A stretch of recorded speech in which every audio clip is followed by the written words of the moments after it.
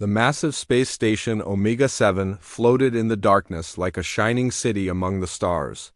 Ships from across the galaxy docked at its many ports, their hulls gleaming with advanced technology and alien designs. The Velakari vessels looked like silver needles that could slice through space itself.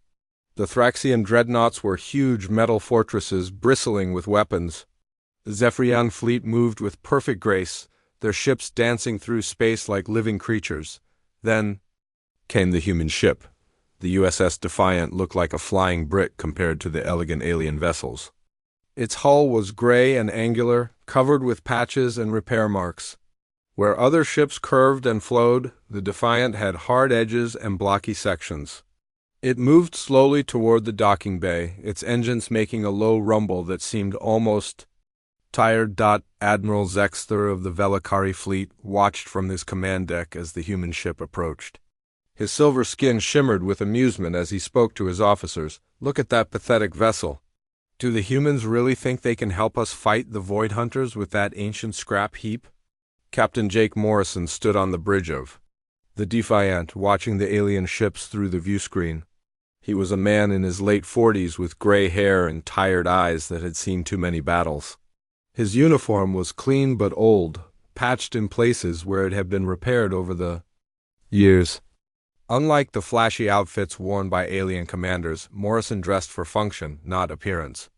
"Captain, we're getting some interesting radio chatter from the other ships," said Lieutenant Commander Lisa Carter from her station. She was a small woman with short brown hair and hands that were always busy with some piece of equipment. Her engineering station was covered with tools and spare parts, making it look more like a workshop than a bridge position. "Let me guess," Morrison said with a slight smile. "They're placing bets on how long we'll last in the first battle." "Actually, sir, they're debating whether we'll even make it to the battle," replied Commander Ryan Brooks, the ship's first officer. He was younger than Morrison, with the kind of clean-cut appearance that made him popular with the crew. "The Thraxians are giving us 2 days before our engines break down." Dr. Nina Walsh looked up from her medical station, where she had been studying alien biology reports.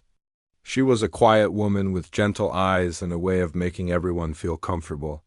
"At least they think we'll last 2 days. That's more credit than the Zephyrians are giving us." Morrison chuckled. "Well, let's not disappoint them. Take us in nice and slow, Ryan. No need to rush." The Defiant continued its steady approach to the docking bay. Other ships zipped past them, their crews probably laughing at the slow human vessel. Morrison didn't mind. He had learned long ago that being underestimated was often an advantage. Inside the space station, the main conference room was filled with representatives from dozens of alien species. The room itself was a marvel of engineering, with walls that could display star charts and tactical information. The air was filtered to accommodate different alien atmospheres, and the lighting could be adjusted for various types of eyes. Admiral Gregory Stone, the human fleet commander, sat at the far end of the long table. He was a tall man with silver hair and a uniform covered in medals. Unlike Morrison, Stone looked every inch the proper military officer. He also looked uncomfortable as alien commanders whispered and pointed at him. "I understand the humans are sending a ship to join our fleet," said General Korthik of the Thraxian Empire. He was a massive creature with thick armor plating and 4 arms. When he spoke, his voice sounded like grinding metal. "Tell me, Admiral Stone, is this ship equipped with the same advanced technology as the rest of our fleet?" Stone shifted in his chair. "The Defiant is a capable vessel with an experienced crew. Captain Morrison has served with distinction for over 20 years. "That's not what I asked," Korthik rumbled. "Can this ship match the speed of our fastest vessels? Can it penetrate the Void Hunter defenses? Can it survive more than 5 minutes in a real battle?" Before Stone could answer, the conference room doors opened. Morrison walked in, followed by his senior officers. The alien commanders turned to look at the newcomers, and Morrison could feel their disappointment. His uniform was clean but clearly old. His boots were scuffed from years of use. Lisa Carter carried a toolkit instead of a ceremonial weapon. Ryan Brooks had a tablet computer that looked like it belonged in a museum. Dr. Walsh, wore a simple medical uniform with no decorations. At all. Captain Morrison, Stone said, standing up. Thank you for joining us. Please, take a seat. Morrison looked around the room at the alien commanders.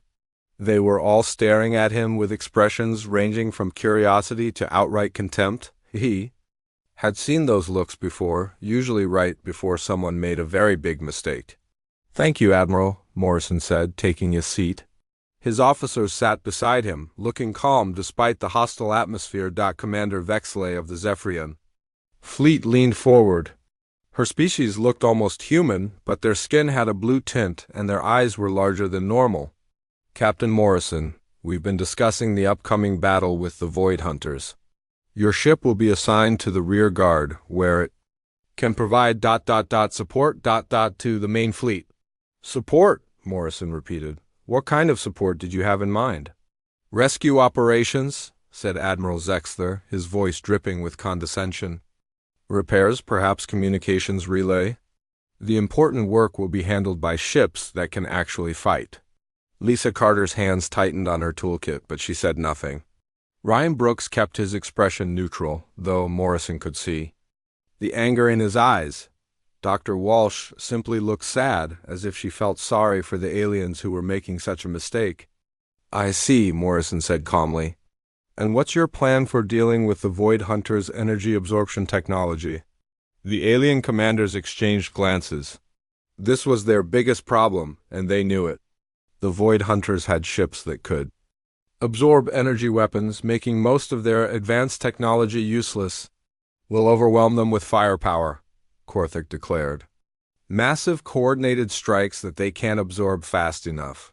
And if that doesn't work, Morrison asked, then we'll use our speed and maneuverability to outflank them, said Vexley. Our ships are faster and more agile than anything in space. Morrison nodded thoughtfully. Those are good plans. I hope they work for you. What about your plan, Captain? Stone asked, trying to include his officer in the discussion. Morrison looked around the room again. These aliens thought they had everything figured out. They had faster ships, better weapons, and more advanced technology. They saw the Defiant as dead weight, something to be protected rather than something that could protect them. My plan is simple, Morrison said. We'll do whatever needs to be done, the alien commanders laughed. It wasn't a pleasant sound. To them, Morrison's answer sounded like the words of someone who had no real plan at all. Very inspiring, Zexler said sarcastically. I'm sure the Void Hunters will be terrified by your determination, Morrison smiled. It was a small smile, but there was something in it that made the laughter stop. Admiral, I've been fighting in space for 20 years. I've seen fast ships blown apart by slow ones. I've watched advanced technology fail when it was needed most. And I've learned that the most dangerous enemy is the one who doesn't fight the way you expect them to. Are you threatening us, human? Korthik asked, his forearms tensing. Not at all, Morrison said, still smiling. I'm just saying that you might want to keep an open mind about who your real enemies are. The meeting continued for another hour, with the alien commanders finalizing their battle plans and assigning positions to their fleets. The Defiant was placed at the very back of the formation, far from the main battle. Morrison accepted this assignment without complaint, which only confirmed to the aliens that the human ship was as weak as it looked when the meeting ended. The alien commanders filed out, talking among themselves about the upcoming battle. They were confident in their victory, certain that their superior technology would carry the day. They had forgotten about the slow human ship entirely. Morrison and his officers were the last to leave the conference room. As they walked back to their ship, Dr. Walsh spoke quietly. They have no idea what they're dealing with, do they, Captain? Morrison looked at the alien ships through the station's viewports. They were beautiful vessels, fast and deadly and proud. Their crews probably thought they were invincible. No, Nina, he said softly. They don't. But they're about to find out. The combined fleet moved through space like a river of light. The Velikari ships darted ahead like silver arrows, their engines creating bright blue streaks against the black void. The Thraxian dreadnoughts followed in tight formation, their Massive hulls bristling with weapons that could crack planets. The Zephyrian vessels danced between them, moving in patterns so complex they looked like a choreographed ballet. Far behind them all, the USS Defiant struggled to keep up. Its engines glowed with a dull orange light, and it seemed to labor with every mile. The other ships were already disappearing into the distance, leaving the human vessel alone in the darkness on the bridge of the Defiant. Morrison watched the fleet pull away without concern. He sat in his captain's chair, a simple metal seat that had been repaired so many times it was more patches than original material. His officers worked quietly at their stations, none of them showing any worry about being left behind. "Sir, the Velikari flagship is requesting our status," Ryan Brooks reported from his position. "Admiral Zexler wants to know if we need assistance." Morrison almost smiled. "Tell him we're fine. Just taking our time to enjoy the view." Lisa Carter looked up from her engineering station, where she was monitoring dozens of readouts that would have confused most people. "Captain, the other ships are pushing their engines pretty hard. They're going to burn through their fuel reserves fast at this rate." "That's their choice," Morrison said. "We stick to our plan." Dr. Walsh was at her science station, studying long-range sensor readings. "I'm picking up some interesting energy signatures ahead. The Void Hunters have been busy." In this sector, the Kepler Nebula stretched out before them like a wall of colored gas and dust. It was beautiful in its own way, with swirls of pink and blue and gold that moved like slow-motion storms. But Morrison knew that beauty could hide deadly secrets. "Any word from the advanced scouts?" he asked. "Nothing yet, sir," Ryan replied. "The fleet is maintaining radio silence as planned." Morrison nodded. The alien commanders had insisted on radio silence to avoid detection, but he suspected it was also because they didn't want to talk to the slow human ship trailing behind them. Hours passed. The Defiant continued its steady journey while the main fleet disappeared into the nebula. Morrison's crew worked calmly, checking systems and running diagnostics. To anyone watching, it would look like routine maintenance, but Morrison knew better. "Carlos, how are our special cargo containers?" Morrison asked. Petty Officer Carlos. Rivera was a young man with quick hands and a talent for making weapons work better than they were supposed to. He was stationed at the weapons console, but his real job was much more complicated. "All secure, Captain," Carlos replied with a grin. "The packages are ready for delivery whenever you give the word."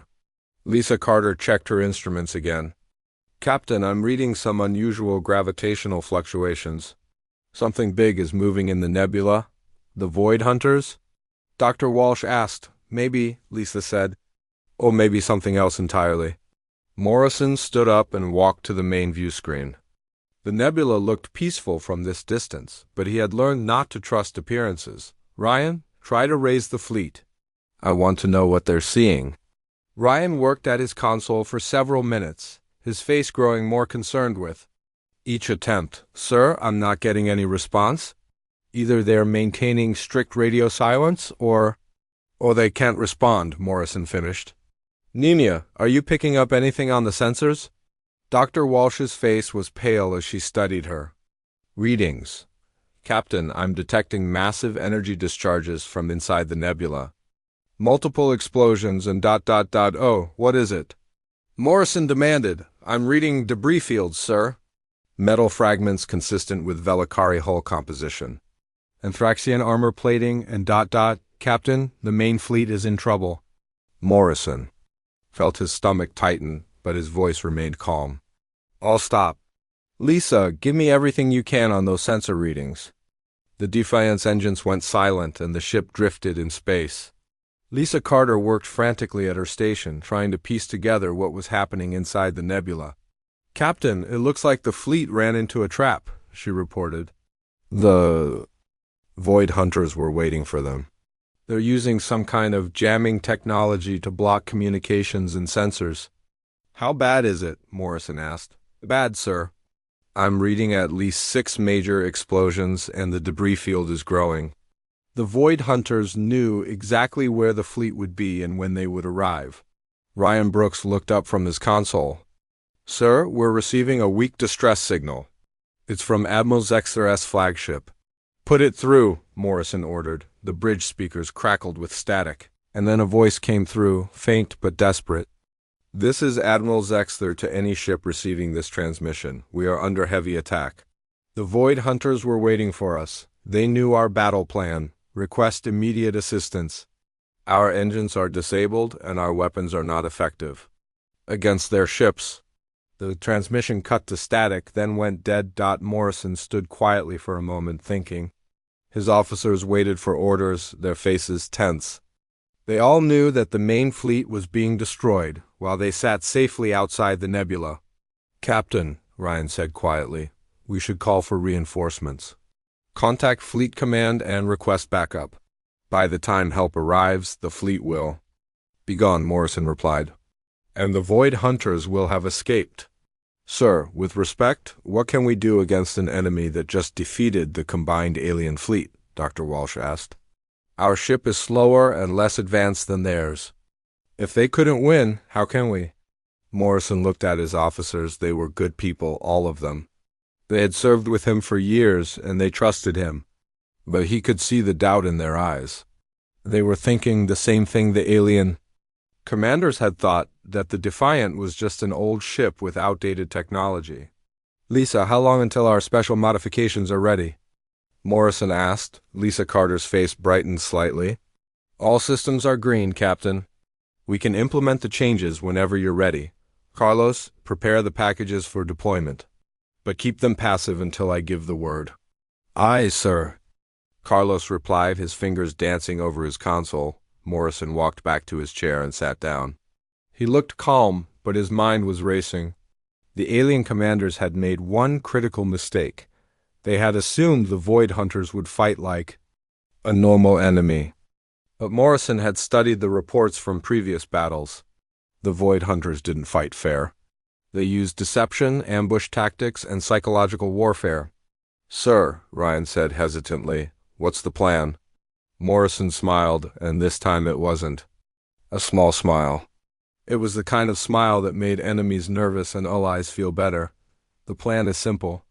We're going to show the Void Hunters what a real ambush looks like. But sir, they have us outnumbered and outgunned, Dr. Walsh protested. Do they?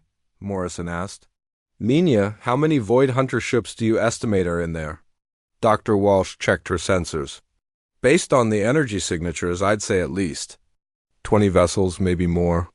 And how many ships do they think they're fighting? Well, the entire combined fleet, so...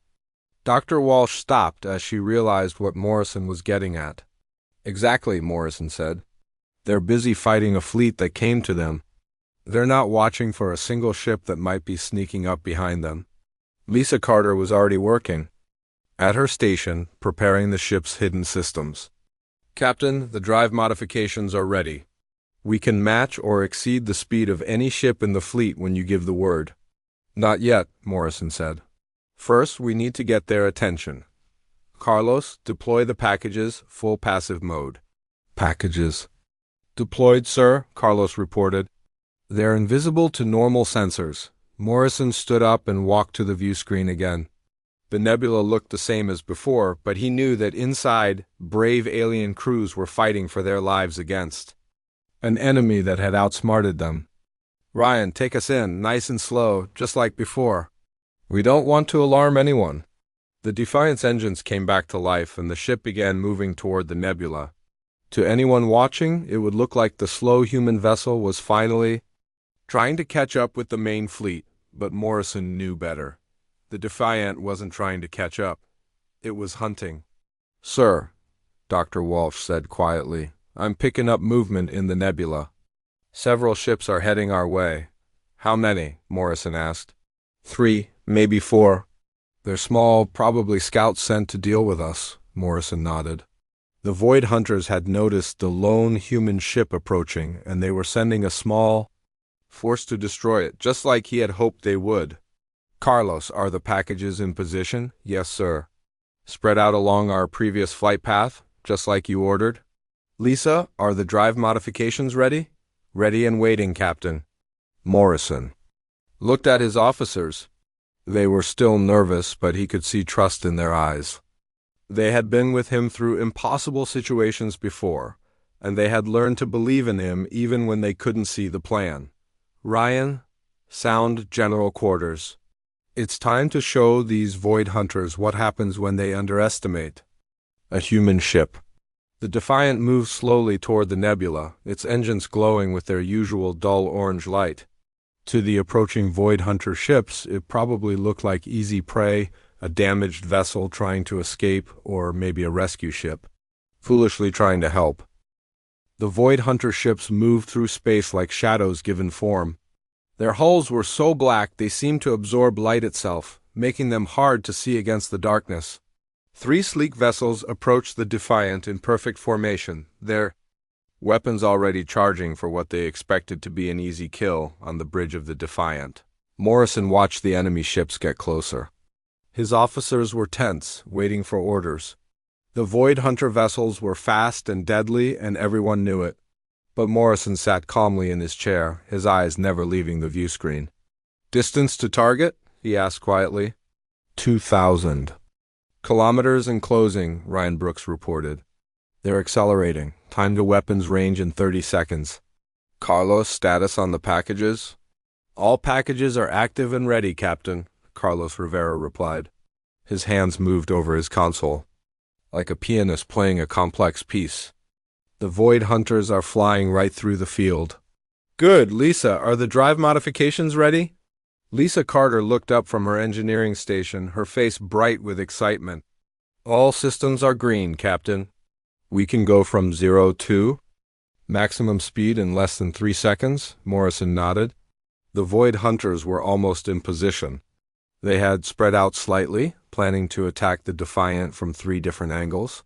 It was a good tactic against a normal ship. But the Defiant was not a normal ship. "Sir, the lead void hunter vessel is hailing us," Ryan reported. "They're demanding our surrender." "Put them through," Morrison said. The view screen flickered, and a face appeared that made everyone on the bridge freeze. The void hunter looked almost human, but wrong somehow. Its skin was pale gray, its eyes were completely black, and when it spoke, its voice sounded like metal scraping against metal. "Human vessel, you are surrounded. Surrender now, and your death will be quick. Resist, and we will take you apart piece by piece." Morrison stood up and walked closer to the view screen. "I'm Captain Jake Morrison of the USS Defiant. May I ask who I'm speaking with?" The void hunter tilted its head as if surprised by the question. "I am Hunter Prime of the 3rd Fleet. You humans always want to talk before you die." "It changes nothing." "Maybe not," Morrison said. "But I'm curious about something. Your technology is impressive. Energy absorption, advanced sensors, faster than light communication. Where did you learn to build ships like that?" Hunter Prime's black eyes seemed to flicker. "We take what we need from those we destroy. Your alien friends taught us much before they died." "I see. And before that?" "Before you started destroying other species, where did your technology come from?" "We have always been what we are," Hunter Prime said, but there was something in its voice that suggested uncertainty. Morrison smiled. "I don't think that's true. I think you remember being something else. Something very different." The void hunter's face twisted with anger. "Enough talk. You die now." The transmission cut off, and the 3 void hunter ships opened fire. Beams of dark energy lanced out toward the Defiant, weapons that could drain the power from any ship. They hit, but Morrison was ready. "Carlos, now!" He shouted. Space around the void hunter ship suddenly erupted in explosions. The packages that Carlos had been deploying were not cargo containers or supplies. They were mines, hundreds of them, scattered along the Defiant's flight path and invisible to enemy sensors. The void hunter ships were caught completely off guard. Their energy shields absorbed the first few explosions, but there were too many mines and they were too close together. The lead ship's shields failed, and explosions began tearing holes in its hull. "Lisa, full power to engines!" Morrison ordered. The Defiant's engines roared to life, but not with the dull orange glow they had shown before.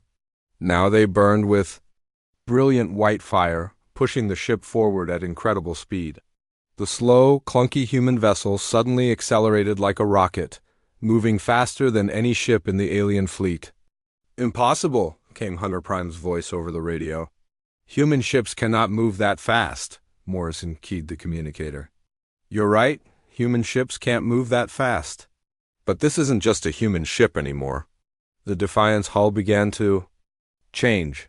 Panels slid away to reveal hidden weapons that had been disguised as repair patches and maintenance equipment. The ship's blocky appearance had been a lie, hiding advanced technology beneath layers of fake metal plating. "What are you?" Hunter Prime demanded. "I'm what happens when humans have 20 years to prepare for a fight," Morrison replied. "Carlos, target their engines. Nina, start scanning their ships. I want to know everything about them." The Defiance. Weapons opened fire, but they were unlike anything the Void Hunters had seen before. Instead of energy beams or plasma bolts, the human ship fired solid projectiles. Simple metal slugs accelerated to incredible speeds. The Void Hunter's energy absorption technology was useless against raw kinetic force. The first Void Hunter ship tried to dodge, but the solid projectiles punched through its hull like paper. The second ship attempted to use its superior speed to escape, but the Defiant was now moving faster than any of them had thought possible. "Sir, I'm getting some very strange readings from their ships," Dr. Walsh reported. "The energy signatures are familiar, but I can't place them." "Familiar how?" Morrison asked as he watched the third Void Hunter ship explode under the Defiant's relentless fire. "It's like looking at our own technology, but changed somehow, evolved maybe, or corrupted." Morrison felt a chill run down his spine. He had suspected something like this, but hearing it confirmed was still shocking. "Are you saying these ships are based on human technology?" "Not based on, sir. They are human technology. Very advanced human technology, but definitely human in origin." Hunter Prime's ship was the only one left, its hull cracked and leaking atmosphere. The Void Hunter's voice came over the radio again, but now it sounded different. Less like metal? Scraping, more like a human voice that had been changed by years of pain. "You cannot be human," Hunter Prime said. "Humans are weak. Humans are prey. We destroyed them long ago." Morrison walked closer to the view screen. "No, you didn't. You became something else, but you're still human underneath. That's why you understand our technology so well. That's why you can adapt our weapons and our tactics. You're fighting yourself." "Lies!" Hunter Prime screamed, but the word came out sounding almost like a sob. "Lisa, can you scan their life signs?" Morrison asked. Lisa worked at her console for a moment, then looked up with wide eyes. "Captain, the readings are definitely human. Modified, changed, but human, and sir, there are others. Hundreds of them in that ship, all in some kind of suspended animation." Morrison felt his heart sink. The Void Hunters weren't just using human technology. They were humans, or had been once. Humans who had been changed by war and desperation and the need to survive at any cost. "Hunter Prime," Morrison said gently. "What's your real name?" The Void Hunter's image flickered on the screen. For a moment, its features seemed to shift, becoming more human. I was called Marcus Chun. I was a captain like you, but that was before the war. Before we had to change to survive." "What war?" Morrison asked. "The war against the machines. The war against the aliens who wanted to destroy us. We fought for so long, we forgot who we were fighting for. We only remembered how to fight." Dr. Walsh was studying her readings with growing concern. "Captain, I'm detecting massive energy buildup in their ship. I think they're going to self-destruct." "Hunter Prime, Marcus, you don't have to do this," Morrison said. "We can help you. We can find a way to change you back." The Void Hunter's face appeared on the screen one more time, and for a moment it looked completely human. Tired, sad, but human. "It's too late for us. We've been this way for too long, but maybe it's not too late for the others. The ones who are still sleeping. What others?" Morrison demanded. "The colonies, the ones we were supposed to protect. They're still out there, still sleeping, waiting for us to come home. But we forgot how to be human. We forgot how to be anything but hunters." The energy buildup in the Void Hunter ship was reaching critical levels. Morrison made a decision that would have surprised the alien commanders who had mocked him earlier. Carlos, prepare boarding pods. Ryan, coordinate with Lisa for emergency beam-out procedures. Nina, get ready to receive wounded. Sir? Ryan asked. Confused. We're going to save them, Morrison said simply. All of them. The ones who are awake and the ones who are sleeping? That's what humans do. We save people. The Defiant moved closer to the damaged Void Hunter ship, its hidden technology. Now fully revealed. The slow, clunky vessel was gone, replaced by something that was part warship, part rescue ship, and part mobile hospital. Hunter Prime's face appeared on the screen one last time. Why? He asked. Why save us? We're your enemies. Morrison looked at the creature that had once been human, that was still human underneath all the changes and pain. Because you're us? You're what we could become if we're not careful. And because everyone deserves a chance to come home.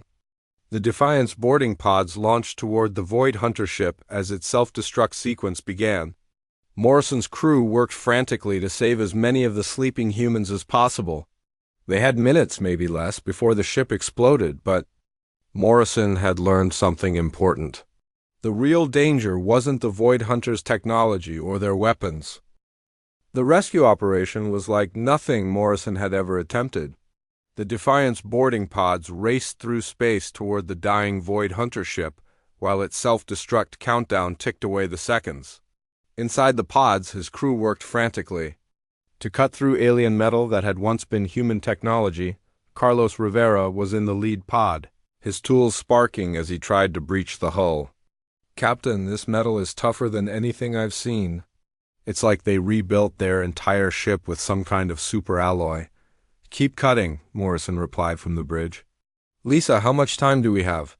Lisa Carter was monitoring the energy readings from the Void Hunter vessel. Maybe 3 minutes before the whole thing goes critical. The explosion will be big enough to damage us if we're too close. Dr. Walsh was preparing the medical bay for whatever they might find inside the enemy ship. She had read the bioscans and knew they would be dealing with humans who had been changed in ways she couldn't fully understand. I'm through, Carlos announced, entering the ship now. The boarding pod's camera feed appeared on the Defiant's main screen. Morrison and his crew watched as Carlos and his team moved through corridors that looked wrong somehow. The walls curved in impossible ways, and the lighting had a strange quality that hurt to look at directly. Jesus, Ryan Brooks whispered. What did they do to themselves? Carlos moved deeper into the ship, following the life sign readings on his scanner. Captain, I'm seeing some kind of hibernation chambers. Hundreds of them, maybe thousands. The camera showed rows upon rows of glass cylinders, each containing a human figure floating in some kind of liquid. But these weren't the gray-skinned creatures they had been fighting. These looked like normal people, men and women of all ages, sleeping peacefully. Nina, are those people still human?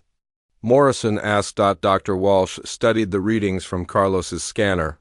As far as I can tell, yes, they haven't been changed like the others. It's like they're being preserved somehow. Carlos found another section of the ship where the hibernation chambers were different. The people inside these looked partially transformed, caught somewhere between human and Void Hunter. Their skin was pale gray, but their faces still looked human. Captain, I think I found the crew quarters, Carlos reported. The ones who were awake and running the ship? Morrison felt sick as he watched the feed. These had been people once, humans with families and hopes and dreams.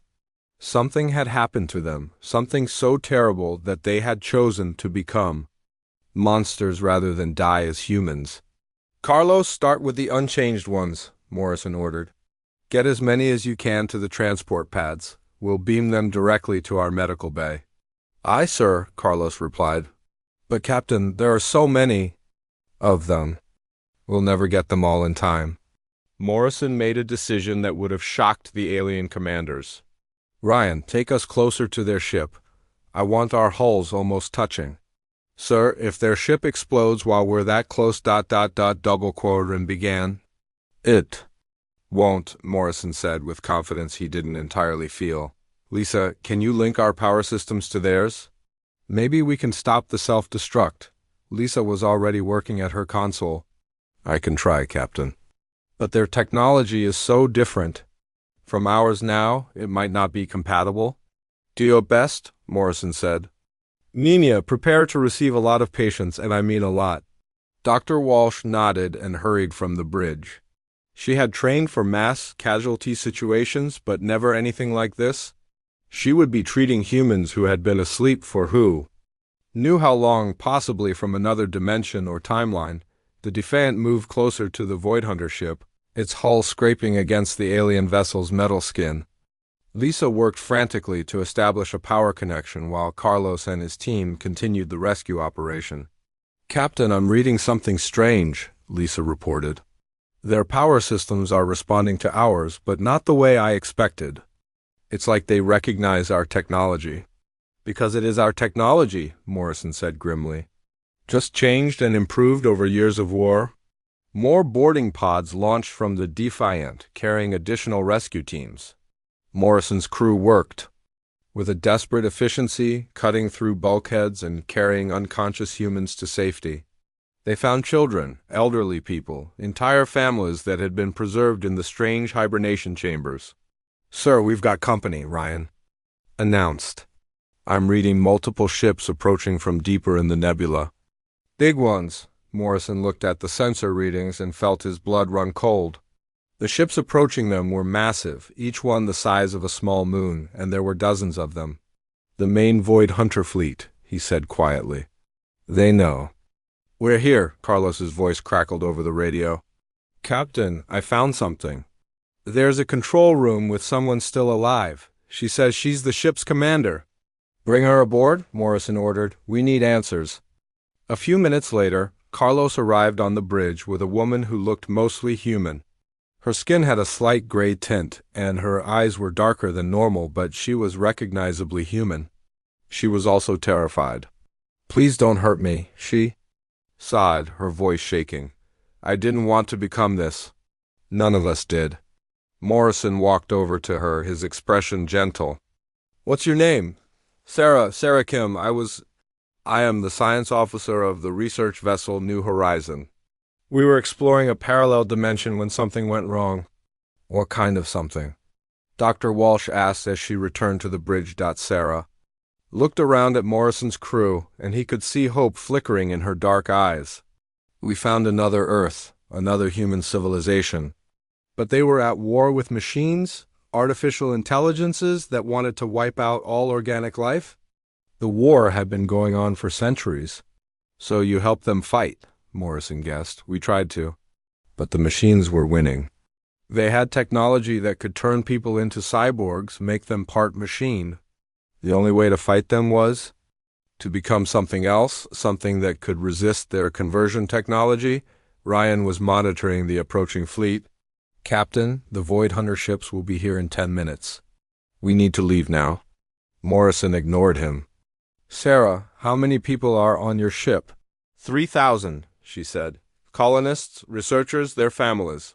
We were supposed to find a new home for humanity. Instead, we found a war. Morrison felt the weight of responsibility settle on his shoulders.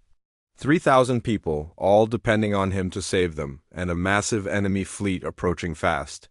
Lisa, status on the power connection? I've managed to stop their self-destruct, Lisa reported. But Captain, I'm reading something else. This ship has a dimensional drive. It can travel between parallel universes. Morrison's mind raced. A dimensional drive would explain how the Void Hunters had appeared so suddenly and why their technology was so advanced, but it also gave him an idea. Sarah, can you operate that drive? The woman nodded. Yes, but it's dangerous. We don't fully understand how it works, and each jump damages the ship more. Where does it lead? Morrison asked. Back to our dimension. Back to the war, but Captain, you don't understand. Our Earth is gone, the machines won. There's nothing left there but death and metal. Morrison looked at his officers. They were watching him, waiting for orders. They trusted him to find a way out of this impossible situation. Carlos, how many people have we rescued so far? About 800, sir. But there are still over 2,000 left on their ship. Morrison made his decision. Ryan, signal the alien fleet. All ships that can still move, form up on us. We're going to escort this ship out of the nebula. Sir? Ryan asked, confused. We're not leaving anyone behind, Morrison said firmly. Lisa, can you link our navigation systems to theirs? I want to control where their dimensional drive takes them. I think so, Captain, but where are you planning to send them? Morrison smiled, and it was the kind of smile that made impossible things seem possible. Home. I'm sending them home. Not to their dimension, but to ours. To a place where humans help each other instead of becoming monsters. Sarah stared at him in amazement. You would do that? Take 3,000 strangers into your world? That's what humans do, Morrison said simply. We help each other. Even when it's hard, even when it's dangerous. The approaching Void Hunter fleet was getting closer, but Morrison's crew worked with renewed purpose. They had a plan now, impossible as it seemed. They were going to save 3,000 people and take them home. But first, they had to survive the next few minutes. The massive Void Hunter fleet emerged from the nebula like a swarm of metal insects. Each ship was the size of a city, their black hulls bristling with weapons that could crack moons. There were 30 of them, maybe more, all moving in perfect formation toward the small group of ships clustered around the damaged research vessel. Morrison stood on the bridge of the Defiant, watching the approaching fleet with calm eyes. Behind him, his crew worked frantically to complete the rescue operation. They had managed to save nearly 2,000 people so far, but there were still 1,000 more trapped on the research ship. Captain, the lead Void Hunter vessel is hailing. U.S., Ryan Brooks reported. Put them through, Morrison said. The view screen flickered, and a face appeared that made everyone on the bridge step back in shock. This wasn't like Hunter Prime, who had looked almost human. This creature was something else entirely, its features twisted by centuries of war and transformation. When it spoke, its voice sounded like the screaming of metal being torn apart. I am the Swarm Queen, it said. You will return our lost ship and surrender immediately. Resist, and we will destroy every living thing in this sector. Morrison walked closer to the screen. I'm Captain Jake Morrison. And I'm afraid I can't do that. The Swarm Queen's face twisted with rage. You dare defy us? We are Legion. We are eternal.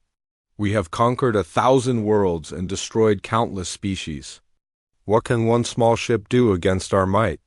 You're right, Morrison said calmly. One small ship can't defeat your fleet. But I'm not planning to fight you. Then what do you plan to do, little human? Morrison smiled, and for the first time, it wasn't a pleasant smile. It was the smile of someone who had figured out exactly how to win an impossible battle. I'm going to show you something you've forgotten. I'm going to remind you what it means to be human. Before the Swarm Queen could respond, Morrison cut the transmission and turned to his crew. Nina, have you finished analyzing their technology? Dr. Walsh looked up from her science station, her face pale but determined. Yes, Captain. And it's exactly what I suspected. Their entire fleet is controlled by a central consciousness, a hive mind that links all the individual ships together. Can you find the source of that consciousness? Morrison asked. The largest ship, sir? The one at the center of their formation. Everything else is just an extension of it. Morrison nodded. Lisa, status on the dimensional drive? Ready when you are, Captain, Lisa Carter replied. I've linked our navigation system to theirs. We can control where they jump. Sarah Kim, the rescued science officer, was standing near the back of the bridge. Captain, I still don't understand what you're planning. Even if you can control the drive, where are you going to send 3,000 people?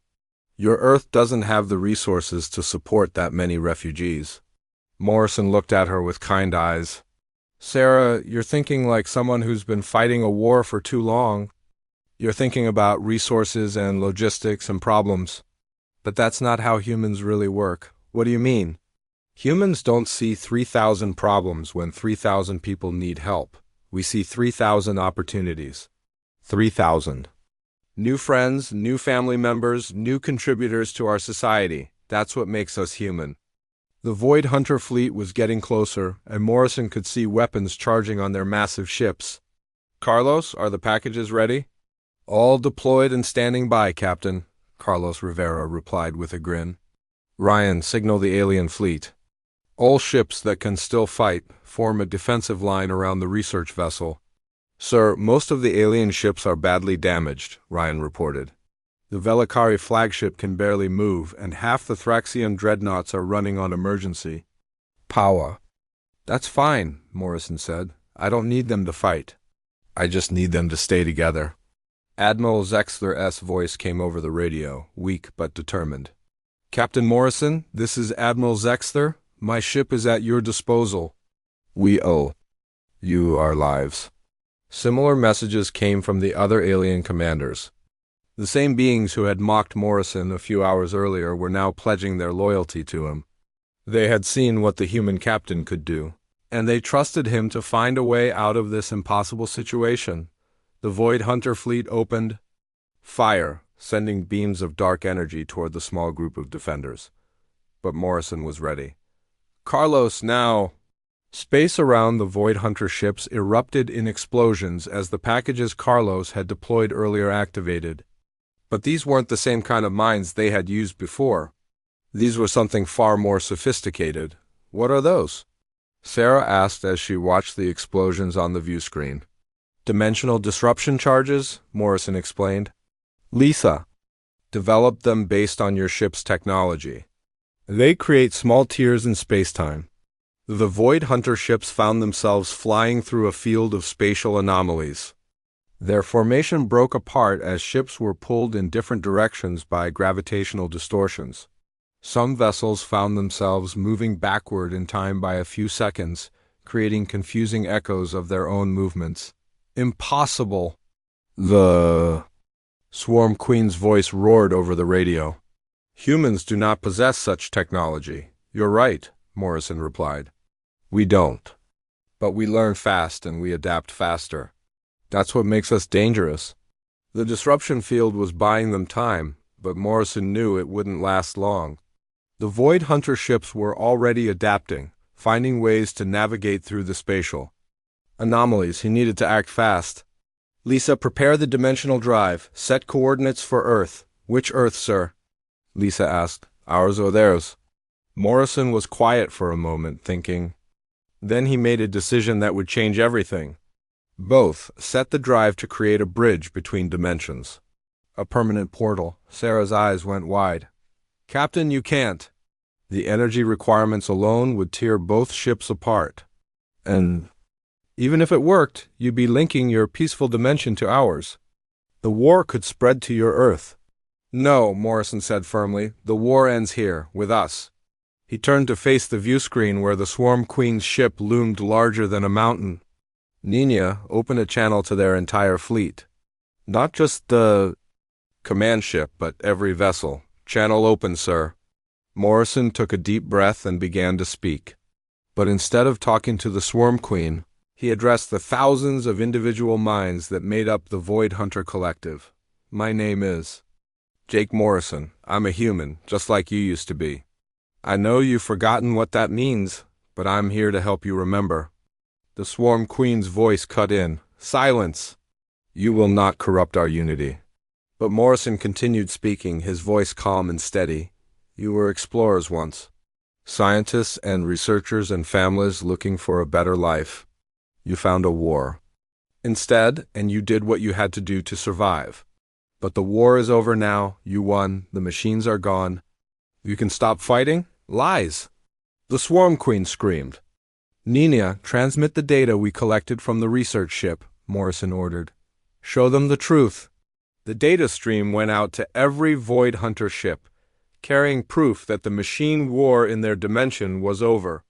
The artificial intelligences had been defeated years ago, but the Void Hunters had been so changed by the war that they couldn't stop fighting. Morrison watched as the enemy fleet began to slow down.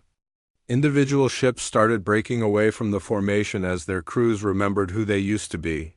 You see? Morrison said gently. You don't have to be monsters anymore. You can come home. The Swarm Queen's face appeared on the screen.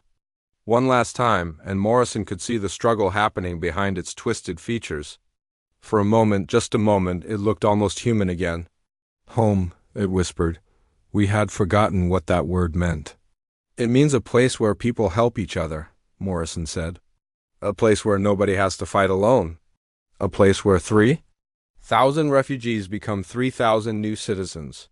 The dimensional drive activated, creating a glowing portal between the two ships. But instead of sending the research vessel away, Morrison had done something unprecedented.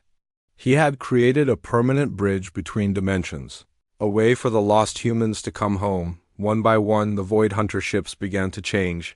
Their black hulls lightened, their weapons powered down, and their crews remembered what it meant to be human.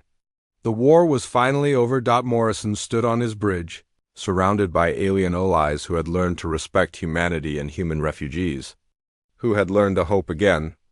The slow human warship had indeed turned out to be dangerous, but not in the way anyone had expected. The most dangerous thing about humans wasn't their weapons or their technology.